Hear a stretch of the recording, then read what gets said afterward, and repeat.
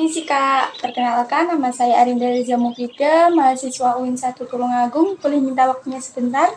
Oh, boleh Mbak, tapi buat apa ya? Oh ini ada tugas Kak, tugas tentang pembelajaran komunikasi. Oh, baik silakan, boleh. Kita sering-sering santai aja ya Kak. Sebelumnya perkenalkan nama Kakak siapa ya? Saya Rizka, Kak. Mbaknya? Saya Arinda. Oh, Indah ya. Sekarang kesibukan Kakak apa ya? Oh, saya kerja sih Kak, kayak di rumah gitu. Jadi pengusaha ya Kak? Iya, punya usaha percetakan kecil-kecilan lah gitu. Wah, bagus sekali Kak, keren. Makasih Mbak. Kalau Mbaknya kesibukan tas sekarang semester berapa? Masih semester 3 Kak. Oh, semester 3. Iya. Kalau boleh tahu Mbaknya alumni mana ya? Saya alumni UM Mbak, Malang. Oh, kira-kira apa nih Kak pengalaman yang membekas sampai sekarang selama kuliah di UM?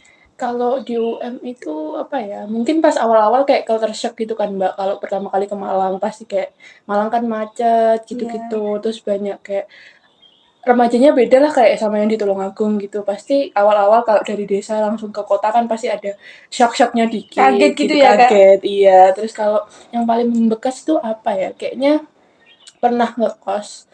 Terus Iya.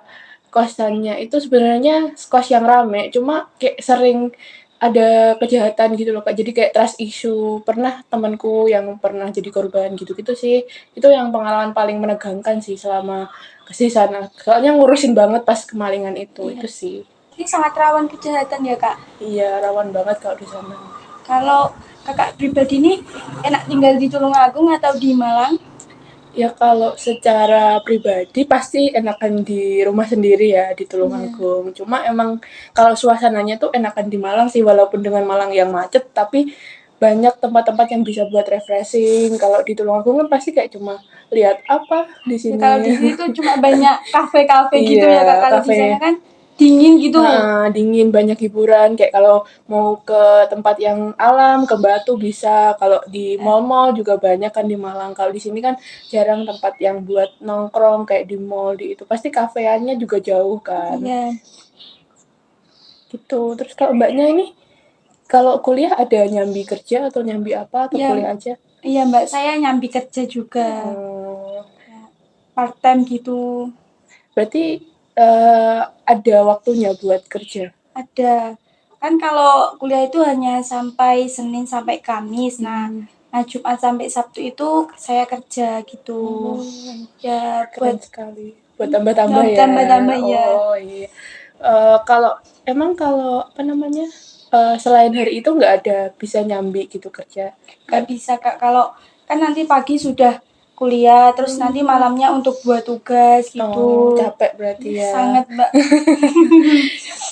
Tapi hebat sih mbaknya bisa nyambi part time. Soalnya saya dulu nggak bisa sih nyambi part time di sana.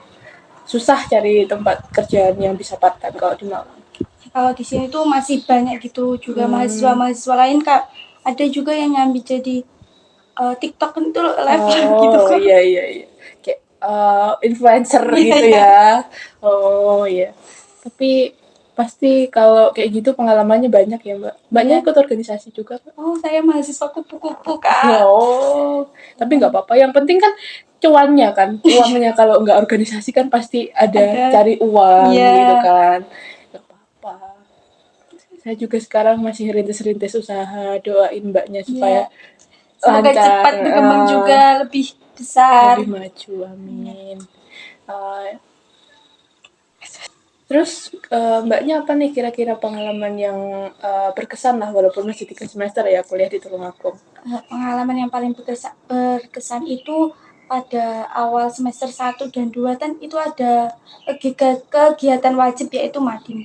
Nah, itu kan saya PP dari rumah jauh sih sekitar 20 menit lah dari rumah. Nah, itu harus berangkat pagi, bangun pagi, berangkat pagi agar tidak telat. Wah, itu sangat membuat Effort banget ya iya. mbak. Tapi kayaknya seru sih kalau harus pagi-pagi kayak menikmati suasana jalan yang masih Ya sepi ya kayak kan. jadi morning person gitu. Morning person biar bisa update status gitu Iya, ya. buat status. Terus kira-kira kalau selama di Tulungagung ini apa ya Mbak, kesan pas di UIN tuh pas pertama kali ada kaget-kagetnya enggak atau apanya gitu enggak? Ya kaget Kak, kan itu kan selesai COVID kan, itu kayak ya keterima apa enggak, terus tadi jadi gimana ini pas waktu offline di kuliah, takut nggak punya teman gitu, seperti itu Kak. Ya dan alhamdulillahnya masih punya teman yang baik, selalu mengingatkan tugas, kayak sharing gitu. Iya. Keren ya. Emang kalau kuliah tuh sebenarnya cari temen gampang, cuma Iya. emang pertahanin temennya yang agak susah. Ya kan sekarang itu musim circle-circlean gitu Iya. loh Kak. Di kelas itu circle-nya banyak gitu. Iya bener sih. Di Malang pun juga kayak gitu. Malah kadang di Malang lebih parah. Ada yang kayak sampai body shaming atau yang sampai underestimate sama orang gitu kan. Kayak Perbulian gitu. kalau bully nggak sampai sih, cuma emang kayak mandang sebelah mata gitu loh kalau sama orang. Biasanya sama orang-orang kan karena di Malang tuh banyak ras yang dari Beda Kalimantan, gitu. dari Kalimantan, dari Sulawesi, Papua dan lain-lainnya. Itu tuh kayak orang dari timur kebanyakan tuh dianggap kayak apa sih, kayak nggak ada harganya gitu loh orangnya, kadang dipandang sebelah mata. Kasihan sih sebenarnya banyak Mandang kasta gitu juga ya Kak. apalagi kalau kan juga kalau UM Iya. itu nggak terlalu sih ketara sama apa namanya perbedaan dari kasta atau struktur sosialnya lah, itu nggak terlalu kelihatan. Cuma kalau di UB pasti itu kelihatan banget karena emang anak UB kan banyak kan ininya dari mana-mana, terus kayak dia aslinya dari mana. Kalau dari Jakarta kan pasti kelihatan kayak gitu-gitu kan. Gitu sih. Kalau untungnya di UM nggak terlalu yang kayak gitu. Mandang kasta gitu. Nggak ada sih. Cuma emang pernah sih suatu waktu tuh kayak apa namanya lihat orang yang kayak ada yang sampai kayak nggak mau duduk sebelahan sama orang timur lah gitu, kayak jaga jarak banget gitu loh. Kasihan sih sebenarnya kayak gitu. Dan di Malang juga tuh banyak apa namanya, kan kemarin sempat ada kerusuhan nggak sih? Oh iya, itu sampai melibatkan banyak orang itu. Banyak orang itu kan juga dari Papua, kan sering banget orang dari timur itu demo di sana. Itu demonya tentang apa ya kira-kira? Maksudnya karena ini sih lebih ke ya itu pandangan sebelah mata, jadi mereka ngerasa nggak dianggap, nggak diperbolehin buat ngapa-ngapain. Sebenarnya bebas sih, cuma emang kadang mereka ngeselin kalau berlaku itu kayak nggak tahu sama sopan santun gitu. Itu sih. Tapi bersyukur juga di Malang jadi tahu apa namanya budaya-budaya dari perbedaan suku itu ya Kak. dari suku-suku lain, dari wilayah-wilayah lain. Apalagi teman saya tuh ada yang saya kan punya circle emangan kayak berlima gitu. Itu macam-macam orangnya. Ada yang dari kebanyakan dari luar Jawa kan. Kalau ada teman saya satu dari Pasuruan, yang tiga dari yang satu dari Riau, dari Tangerang, sama dari Kalimantan. Kan mereka emang beda-beda banget kan.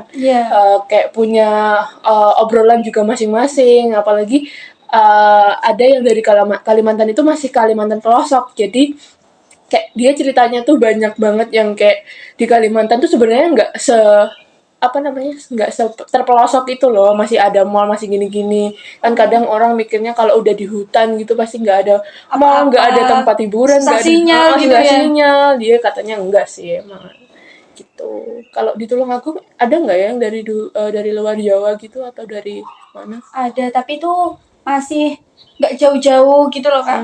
Mungkin cuma beda Jawa, dari Jawa Tengah gitu, Lamongan. Jadi nggak terlalu banyak ya. Iya, tapi masih sama lah. Bahasanya juga masih bisa dimengerti gitu. Gitu. Kalau kan ada ini nggak sih yang pertukaran pelajar dari Thailand nggak sih kemarin? Ada yang dari Thailand gitu mahasiswanya. Temanku soalnya bilangnya ada dari mahasiswa Thailand, dan juga katanya kalau KKN itu di UIN ada yang sampai ke Thailand ya? Iya Kak, itu ada KKN yang sampai ke luar negeri, seperti Thailand tadi gitu. Kalau di UM apa ada Kak? Kayak gitu.